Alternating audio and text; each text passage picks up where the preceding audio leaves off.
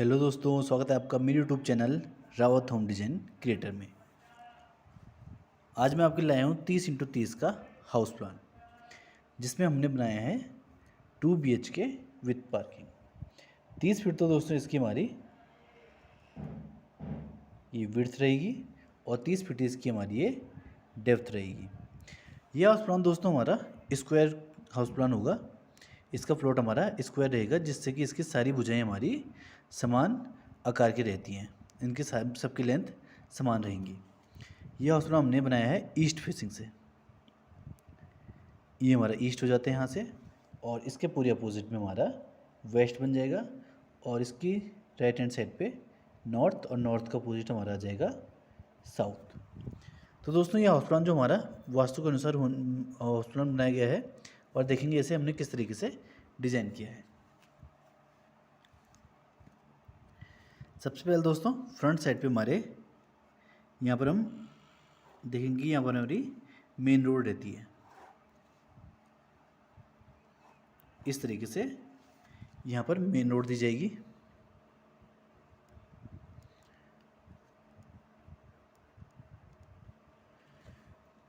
हमें अब जब भी अपना घर का कंस्ट्रक्शन कराया जाता है तो मेन रोड से कुछ लेवल ऊपर ही घर का कंस्ट्रक्शन करना चाहिए। 2 से 2.5 फीट कम से कम ऊपर कंस्ट्रक्शन करना चाहिए, क्योंकि जो मेन रोड होती है दोस्तों, यहाँ पर हमने ड्रेनेज सिस्टम दिया होता है, जो कि बाढ़ या बरसात में जो नालियाँ दी होती हैं वो पानी को बाहर निकालने का काम करती है।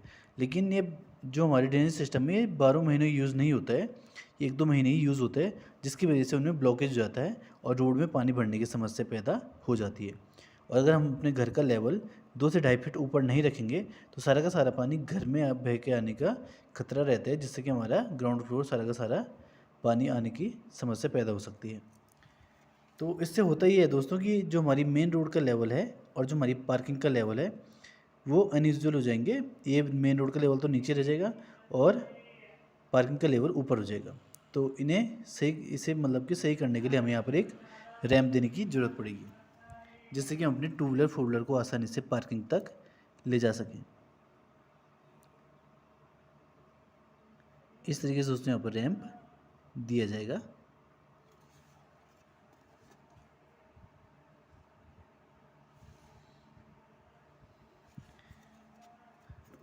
जो गलतियाँ करते हैं दोस्तों हम हाउस प्लान बनाते हुए, घर बनाते हुए, तो सबसे मेन गलती उनमें से ये रहती है कि हम अपने घर को कुछ लेवल ऊपर उठाकर नहीं बनाते हैं। तो ये हमारी सबसे मेन गलती हो जाती है, जिससे कि एक तो हमारे घर की मार्केट वैल्यू भी बहुत ज़्यादा डाउन हो जाती है, और हमें मेंटेनेंस भी बहुत ज़्यादा करना पड़ता है जब बाढ़ बरसात में ग्राउंड फ्लोर पर पानी भरने की समस्या पैदा हो जाती है। दूसरी गलती दोस्तों हमारी ये होती है कि जब भी हम यहाँ पर रैंप देते हैं तो कई बार हम इसे बहुत ही ज़्यादा स्टीप दे देते हैं, बहुत ही ज़्यादा तेज़ दे देते हैं, जिसकी वजह से जब भी हम 4 व्हीलर को ऊपर ले जाएं तो उसका नीचे का एरिया हमारे रैंप पर टकराने लगता है, जिससे कि हमें बड़ी दिक्कत होती है अपनी 4 व्हीलर को अंदर ले जाने में। तो यहाँ पर हमें हमेशा ध्यान रखना चाहिए कि इसे ज़्यादा ही स्टीप नहीं देना है, ना इसे बहुत ज़्यादा लंबा रोड तक ले जाना है। इसे मतलब कि नॉर्मल ही रखना चाहिए, जिससे कि हमारी 4 व्हीलर भी आसानी से ऊपर जा सके और ये बहुत ज़्यादा लंबा भी ना हो। दूसरी गलती दोस्तों ये बहुत ज़्यादा देखने को मिलती है। ये आगे दोस्तों हमारा रैंप, और रैंप के सामने आएगा हमारा मेन गेट। ये हमारे यहाँ पर मेन गेट हो गया, और मेन गेट का साइज़ लिया जाएगा हमारे यहाँ पर 9 फीट। 9 फीट मेन गेट दोस्तों काफ़ी अच्छे साइज़ का हो जाता है, और इसका वेट भी काफ़ी हैवी हो जाता है। कई बार हम क्या करते हैं कि हम जो हमारी यहाँ पे वॉल आती है उसके साथ ही अपने मेन गेट के जो हुक्स होते हैं वो लगाकर उसी पे अटैच कर लेते हैं, लेकिन हमें हमेशा मेन गेट का जो कॉर्नर होंगे उन्हें मजबूत बनाना चाहिए। उन्हें हमें या तो RCC कॉलम का बनाना चाहिए, RCC कॉलम बनाना चाहिए उनके लिए, या तो फिर हमें यहाँ पे आयरन पिलर का यूज़ करना चाहिए, जिससे कि गेट अच्छे से स्टेबल हो सके और उसका पूरा का पूरा वेट सेंटर की जगह उसके कॉर्नर में ही रहे। तो कई बार देखा गया है दोस्तों हम वॉल पे डायरेक्ट डालते हैं। तीसरी गलती हमारी ये रहती है कि हम डायरेक्ट वॉल में डाल देते हैं, जिससे कि गेट ज़्यादा ही हमारा उसका वेट सेंटर में आने लगता है, गेट नीचे गिरने की संभावना बनी रहती है। जो ये दोस्तों हमारा कॉर्नर है, ये हमारा नॉर्थ ईस्ट का कॉर्नर, और इस कॉर्नर को कहते हैं ईशान कोण।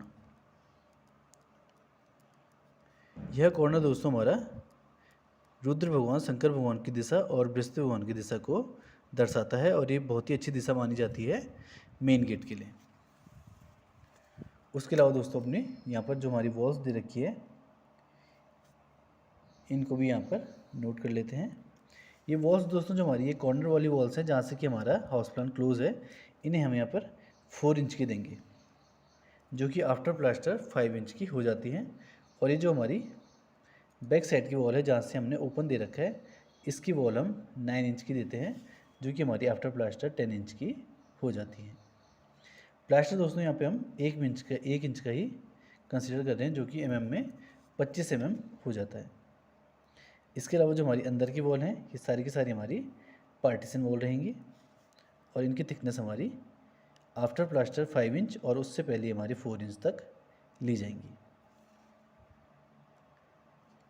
इस तरीके से दोस्तों यहाँ पर हाउस प्लान को डिजाइन किया गया है और इसकी पूरी लाइनों को हम यहाँ पर डबल लाइन से डिनोट कर लेते हैं, जिससे कि समझने में आसानी रहे। और ये दोस्तों हमारी लास्ट लाइन आ गई यहाँ पर, जो कि इस तरीके से यहाँ पर बनाई गई है। अब आगे बढ़ते हैं दोस्तों। मेन गेट से अंदर एंट्री करते ही पहुँचेंगे हम पार्किंग एरिया में। पार्किंग एरिया के साइज़ की बात करें, ये है 9 फीट 6 इंच इंटू 13 फीट। इस साइज़ की पार्किंग में दोस्तों हमारी 2 व्हीलर 4 व्हीलर आसानी से पार्क की जा सकती है। 4 व्हीलर की विड्थ अगर दोस्तों कॉमन मानी जाए तो वो 6 फीट तक रहती है, जिससे कि हमारे पास 3 फीट 6 इंच का यहाँ पर स्पेस बच जाता है, जहाँ से हम 4 व्हीलर के डोर अपने आप आसानी से खोल सकते हैं। कई बार दोस्तों देखने में आता है कि हम पार्किंग को 7 या 6 फीट की दे देते हैं विड्थ, तो उसमें ऐसा होता है कि अगर हमने अपने 4 व्हीलर को अंदर ले गए तो हम उसके डोर ओपन करने में हमें बहुत ही ज़्यादा तकलीफ होती है या डोर ओपन नहीं हो पाते हैं, जिससे कि वो पार्किंग हमारी किसी यूज़ की नहीं रह जाती है। 13 फीट तो दोस्तों हमने इसकी ये दे रखी है, यहाँ पर डेप्थ दे रखी है, वो भी हमारी काफ़ी ज़्यादा होती है, जिससे कि हमारे पास बैक साइड में भी पूरा वो एरिया या फिर फ्रंट साइड में भी पूरा एरिया 2 व्हीलर की पार्किंग के लिए भी बच जाता है। इसके अलावा यहाँ पर भी हमने एक एरिया दे रखा है। इस एरिया को हम 2 व्हीलर पार्किंग की तरह या फिर लॉन की तरह भी यूज़ कर सकते हैं। इसका साइज़ है 10 फीट इंटू 3 फीट। अब आते हैं दोस्तों अपने मेन डोर पे। ये हमारे यहाँ पर मेन डोर लिया जाएगा और मेन डोर का साइज़ है 4 feet into 7 feet. Main door का साइज़ दोस्तों नॉर्मल डोर से हमेशा बड़ा ही रहना चाहिए, जिससे कि सारा सामान आसानी से अंदर बाहर ले जाया जा सके और लाया जा सके। मेन डोर से जैसे अंदर एंट्री करेंगे तो पहुंचेंगे अपने हॉल के एरिया में। इसका साइज़ है 9 फीट 6 इंच इंटू 9 फीट। यहाँ पर हम अपना सोफ़ा, टेबल और चेयर आसानी से लगा सकते हैं और इसके वेंटिलेशन के लिए हमने यहाँ पर एक विंडो भी प्रोवाइड कर रखी है, जो कि होगी हमारी W1 विंडो, जिसका साइज़ लिया जाएगा 5 फीट इंटू 4 फीट। ये विंडो दोस्तों हमारी ईस्ट की फेसिंग में आ रही है, जिससे कि हमें आसानी से सनलाइट और नेचुरल लाइट मिल सके, इसलिए इसकी विंडो हमारी ईस्ट फेसिंग से आ रखी है और इसमें अच्छा से वेंटिलेशन हो जाएगा। उसके बाद दोस्तों हॉल की बैक साइड में देखते हैं, यहाँ पर हमने एक कॉमन टॉयलेट दे रखा है। टॉयलेट में हम D2 डोर का यूज़ करेंगे, जिसका साइज होगा 2 फीट 6 इंच इंटू 7 फीट। ये आ गया हमारे यहाँ पर कॉमन टॉयलेट। इसका साइज है 9 feet 6 inch into 5 feet 6 inch. इस साइज के टॉयलेट में दोस्तों हमारा बाथरूम और टॉयलेट आसानी से बनाए जा सकते हैं। साथ ही साथ अगर हम यहाँ पर 2 टॉयलेट बनाना चाहें तो हम इसके बीच में एक पार्टीशन वॉल देके इसमें 2 टॉयलेट भी बना सकते हैं, जिसमें दोनों का ही साइज एक अच्छा साइज़ माना जाएगा। ये 4.5 फीट के दोनों टॉयलेटों का साइज़ रहेगा और जिनकी डेप्थ 5 फीट 6 इंच तक रहेगी, इसलिए यहाँ पर 2 टॉयलेट भी बनाए जा सकते हैं। ये हमारी अपनी चॉइस पर डिपेंड करेगा कि हम यहाँ पर क्या करना चाहते हैं।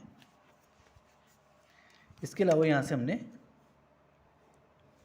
स्टेयर्स भी दे रखी है अपसाइड डायरेक्शन में, जो कि हमारे ईस्ट से वेस्ट की तरफ जाती है। ये दोस्तों हमारी स्टेयर्स होगी अपसाइड डायरेक्शन में, और स्टेयर्स हमेशा राइट हैंड की डायरेक्शन में ही टर्न करनी चाहिए, क्योंकि वास्तु के अनुसार स्टेयर्स हमेशा क्लॉकवाइज डायरेक्शन में ही टर्न करती है। इसके अलावा दोस्तों टॉयलेट हमने जिस एरिया में बना रखा है ये आएगा हमारा नॉर्थ वेस्ट, और नॉर्थ वेस्ट होता है हमारा वायव्य कोण। इस कोण में दोस्तों टॉयलेट बनाए जा सकते हैं, इसके अलावा बेडरूम बनाया जा सकता है, अन्न भंडारण कक्ष बनाया जा सकता है, या पशुगृह कक्ष भी बनाया जा सकता है, क्योंकि इस एरिया में वायु का संचरण बहुत ही अच्छा रहता है। साथ ही साथ टॉयलेट में वेंटिलेशन के लिए हम वेंटिलेटर भी देंगे, जिसे हम वी से डिनोट कर रहे हैं। अब आते हैं अपने फर्स्ट बेडरूम पे। इस पे दोस्तों D1 डोर दिया जाएगा, जिसका साइज 3 फीट इंटू 7 फीट लिया जाएगा। और ये हमारा बेडरूम नंबर 1 है, जिसका साइज 10 फीट इंटू 10 फीट लिया जाएगा। यहाँ पर हमारा डबल बेड 2 चेयर आसानी से लगाई जा सकती है। और इसके वेंटिलेशन के लिए हम विंडो पार्किंग साइड में ओपन करते हैं, जो कि होती है हमारी W1 विंडो। ये साइज़ हम यहाँ पर पहले ही मेंशन कर चुके हैं। ये विंडो दोस्तों ईस्ट की जगह यहाँ पर इसलिए प्रोवाइड की गई है, क्योंकि यहाँ पर हमारे पास ज़्यादा एरिया ओपन रहता है और यहाँ पर हमारे पास केवल 3 फीट का एरिया ओपन है, इसलिए यहाँ पर हमारी विंडो को देना ज़्यादा कंफर्टेबल हमारे लिए रहता है। अब आते हैं इसके अलावा अपने सेकेंड बेडरूम पे।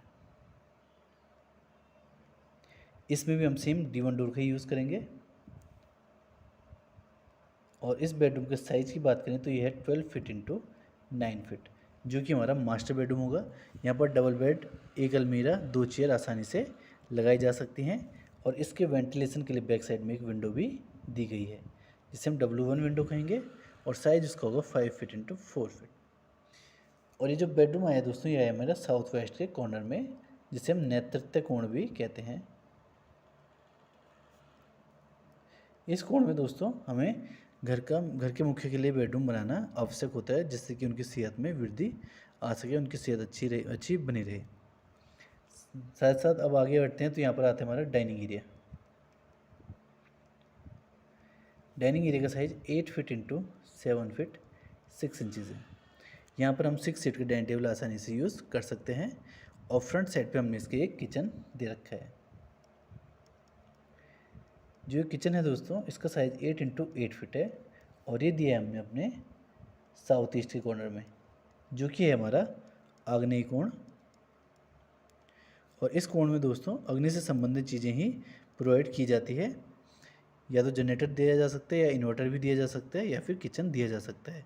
और इस कोण में दोस्तों हमें टॉयलेट हुआ, पानी की टंकी हुई, ये सब चीज़ें देने से बचना चाहिए, क्योंकि ये हमारा जल अग्नि से संबंधित तत्व है और जल इसका पूर्णतः विरोध करता है।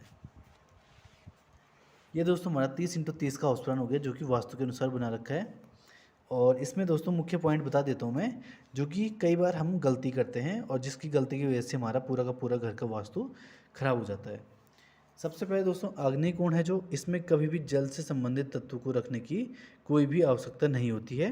यहाँ पर हमें जल से संबंधित तत्व को जब तक बहुत ही ज़्यादा मजबूरी ना हो तब तक नहीं रखना चाहिए और बचाना चाहिए। यहाँ पे अग्नि तत्व ही रखा जाता है। ऊपर से दोस्तों जो हमारी साउथ की डायरेक्शन है, इसमें हमें डोर या विंडो को प्रोवाइड नहीं करना चाहिए जब तक हमारी बहुत ही ज़्यादा मजबूरी ना रहे, क्योंकि साउथ की दिशा हमारी यम की दिशा होती है और इस दिशा से हमारी घर की जो पॉजिटिव एनर्जी होती है उसका ह्रास होता है और वो यम की दिशा में जाने लगती है। फिर आता है दोस्तों नेतृत्व कोण।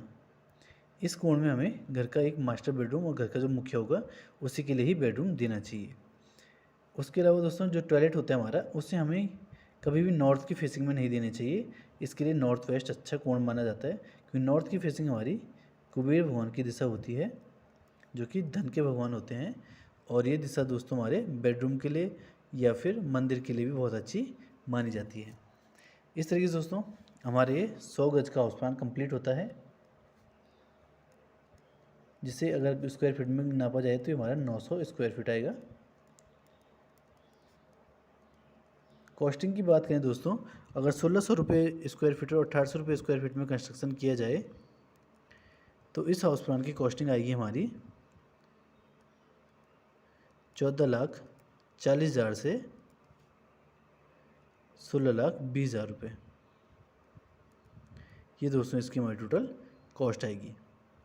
अगर दोस्तों आपको ये वीडियो पसंद आई है तो वीडियो को लाइक और चैनल को सब्सक्राइब जरूर करें, जिससे इस प्रकार की वीडियो मैं आपके लिए भविष्य में भी लाता रहूँ। धन्यवाद।